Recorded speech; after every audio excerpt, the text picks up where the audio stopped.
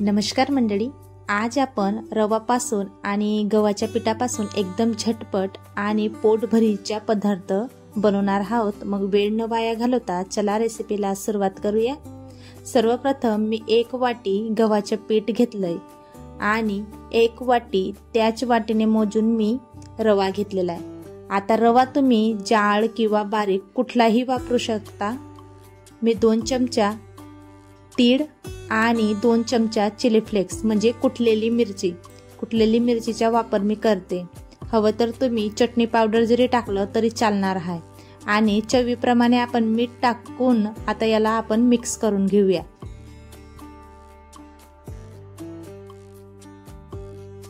बघा, या पद्धतीने आपण सगळं मिक्स करून घेतलेलं आहे। आता थोडी आपण कोथिंबीर टाकूया आणि परत मिक्स करून घेऊया।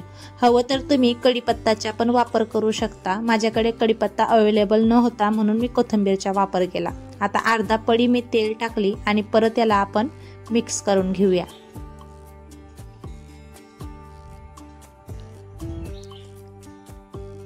आपण तेल टाकून आता हे मिक्स करून घेतलेलं आहे। सगळं बघू शकता तुम्ही, या पद्धतीने आपण हे बॅटर सगळं मिक्स करून तयार करून घेतलेलं आहे। आता याच्यामधून आपल्याला 3.5 चम्मच आपल्याला हे पीठ काढून एका साईडला ठेवायचे। पुढे याचा वापर होणार आहे म्हणून मी हे साईडला आधीच काढून ठेवून देते। बघा, या पद्धतीने आता आपण हे पीठ जसं चपातीचं पीठ मळतो त्या पद्धतीने आपल्याला हे पीठ मळून तयार करून घ्यायचे। जास्त घट्ट पण नाही आणि जास्त पातळही नाही। आपण चपातीचं पीठ जसं मळतो त्या पद्धतीने आपल्याला हे पीठ मळून तयार करून घ्यायचे। बघू शकता, याप्रमाणे मी हे पीठ मळून तयार करून घेतलेलं आहे।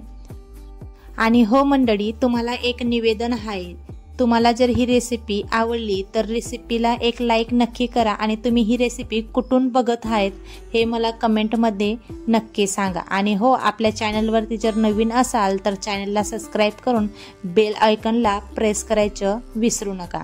आता बघा, मी उकळलेले 3 बटाटे घेतलेले आहेत, मध्यम आकाराचे बटाटे आहेत। आता आलं किसायच्या किसणीने आपण हे बटाटे किसून घेणार आहोत। हवं तर तुम्ही मॅशरनेही हे बटाटे मॅश करू शकता। बघा, या पद्धतीने मी बटाटे किसून घेतलेले आहेत। आता मध्यम आकाराचा कांदा मी बारीक चिरून त्याच्यामध्ये टाकते। 4 हिरव्या मिरच्यांचा वापर मी करते।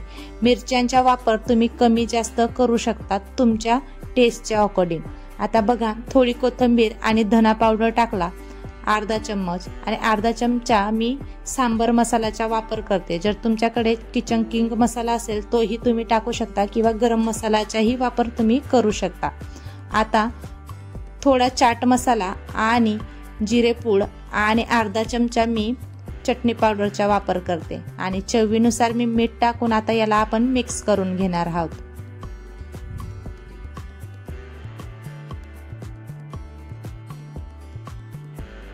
आपलं बटाट्याचे बॅटर पण मिक्स करून झालेलं आहे। आता आपण ते साईडला ठेवून घेऊया आणि जे मळून ठेवलेलं पीठ होतं त्याला आपण आता परत एकदा असं मिक्स करून घेऊया। कारण याच्यामध्ये आपण रवाचा वापर केलेला आहे म्हणून रवा थोडा जास्त फुलून जातो आणि पीठ थोडं घट्टसर होऊन जातं, म्हणून आपण परत मळून घेतलं आणि याचे मस्त असे 5 आपण गोळे बनवून घेणार आहोत। लक्षात ठेवा, गोळे आपल्याला छोटे किंवा मोठे नाही तर सेम साईज मध्ये आपल्याला याचे गोळे बनवायचे आहेत, म्हणजे उंडे बनवायचे।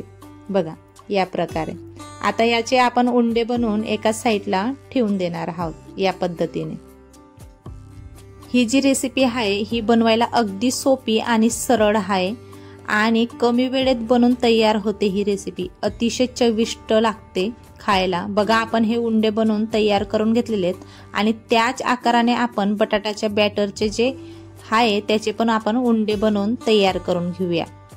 बघू शकता तुम्ही, 5 कणिकाचे उंडे आहेत तर आपल्याला 5 बटाट्याचे पण उंडे बनवायचे आहेत। या पद्धतीने तुम्ही उंडे म्हणू शकता किंवा टिक्की ही तुम्ही याला म्हणू शकता। बघा, या पद्धतीने आता आपण सगळ्या टिक्क्या बनवून तयार करून घेतलेल्या आहेत। बघू शकता तुम्ही, आता मेन प्रोसेस आपल्याला करायची आहे। जे आपण पीठ काढून ठेवलेलं होतं त्याच्यामध्ये पाणी टाकून याला पातळसं असं आपल्याला बॅटर बनवून तयार करून घ्यायचे, जेणेकरून आपण ह्या टिक्क्या तेलात टाकू त्यावेळेस ह्या तेलगट नाही होणार आणि याच्यामध्ये तेलही जास्त ऑब्जर्व नाही होणार आणि आपल्याला खायला असं चविष्ट आणि क्रिस्पी ही टिक्की बनवून तयार होईल। या पद्धतीने आपल्याला हे बॅटर बनवून तयार करून घ्यायचे।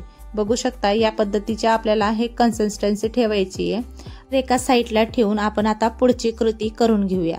बघू शकता आपलं पीठ एकदम मऊसर मळून तयार झालेलं आहे। आता याचे आपण पुढचा पदार्थ कसा बनवायचा हे मी तुम्हाला दाखवते। बघा मी हाताला थोडं तेल लावलं आणि आपण जसं मोदक बनवतो किंवा पुरणपोळी बनवतो ना, त्याप्रमाणे आपल्याला हे हातावरती पातळशी असं लेयर बनवून घ्यायची आणि त्याच्यामध्ये आपल्याला बटाट्याचा जो उंडा आहे तो टाकायचा आहे। पुढे तुम्हाला दिसेलच। बघू शकता तुम्ही पुरणपोळीमध्ये जसं आपण पुरणाचं सारण भरतो त्या पद्धतीने आपल्याला हे सारण भरून असा उंडा तयार करून घ्यायचा आहे। बघा या पद्धतीने मी व्हिडिओमध्ये दाखवते त्याप्रमाणेच आपल्याला हा उंडा बनवून तयार करून घ्यायचा आहे आणि कचोडीचा जसा शेप असतो त्याप्रमाणे आपल्याला याला शेप देऊन द्यायचा आहे। म्हणू शकता तुम्ही कचोडीच, कारण कचोडी सारखाच याला टेस्ट आलेला आणि कचोडीपेक्षा ही रेसिपी अतिशय भन्नाट लागलेली। कारण आपण नेहमी बाहेरचं खातो त्यापेक्षा आपण घरीच काहीतरी नवीन बनवून हेल्दी आणि पौष्टिक खायचा प्रयत्न करायचा। बघू शकता या पद्धतीने आपण दुसरंही बनवून तयार करून घेऊया। बघा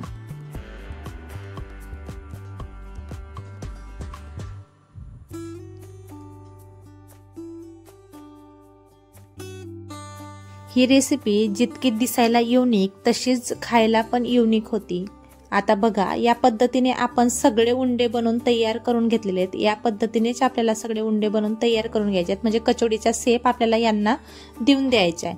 मी आता तुम्हाला दाखवते की आपण तळायची प्रोसेस कशी करायची। आता हे जे बॅटर आपण बनवून ठेवलेलं होतं त्याच्यामध्ये ही कचोडी आपण मिक्स करून घेऊया, म्हणजे ते बॅटर आपल्याला याला लावून घ्यायचे।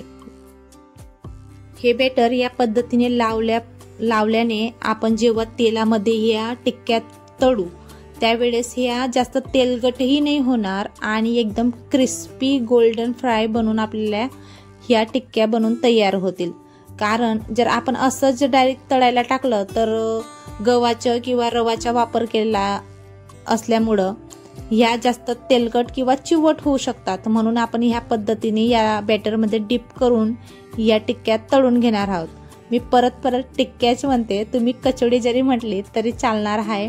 बघा आता यांना आपल्याला क्रिस्पी होईपर्यंत तळून घ्यायचे आहेत। बघू शकता दुसरी साईडने असं थोडा सोनेरी कलर आलेला आहे आणि मी आता दुसऱ्या साईडने पलटून घेतलेलं आहे। बघू शकता तुम्ही या पद्धतीने आपल्याला या क्रिस्पी होईपर्यंत आपल्याला तळायचे आहेत।